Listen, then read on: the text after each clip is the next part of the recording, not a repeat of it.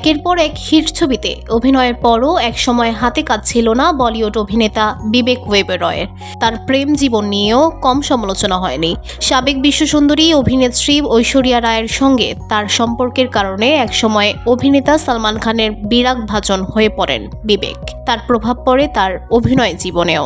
ঐশ্বরিয়াকে নিয়েই বিবেকের সঙ্গে এক সংবাদ সম্মেলনে কথা কাটাকাটি হয় সালমান খানের। সেই সময় বিবেকও জানিয়েছিলেন যে সালমান নাকি তাকে হুমকিও দিয়েছিলেন।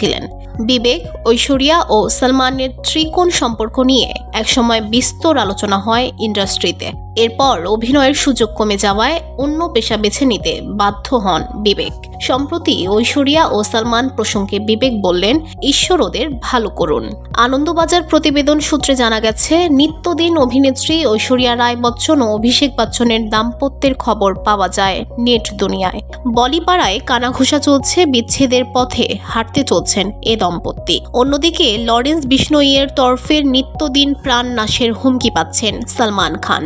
এর মাঝে এক সাক্ষাৎকারে বিবেক মন ও সম্পর্ক ভেঙে যাওয়া নিয়ে কথা বলতেই উঠে আসে ঐশ্বরিয়ার প্রসঙ্গ। তাকে জিজ্ঞেস করা হয় অভিষেকের কথা। তখন অভিনেতা বলেন, অভিষেক মানুষটা বড্ড মিষ্টি ও ভালো মানুষ। একটা সময় ইন্ডাস্ট্রিতে কাজ কমে আসতে বাধ্য হয়ে ব্যবসায় মন দেন বিবেক। সেই সময় মানতে কষ্ট হলেও বর্তমান সময়ে দাঁড়িয়ে বিবেক বলেন, হয়তো আমার জীবনটাই মেকি হয়ে যেত যত রাজ্যের ঝুটো মানুষদের মাঝে থেকে।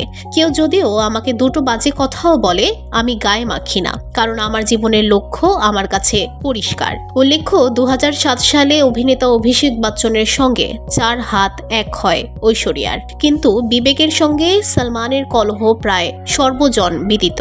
মাঝে অনেক বছর পেরিয়ে গেছে। সালমানের কাছে ক্ষমা চেয়েছেন Bibek. VOD Bangla news desk.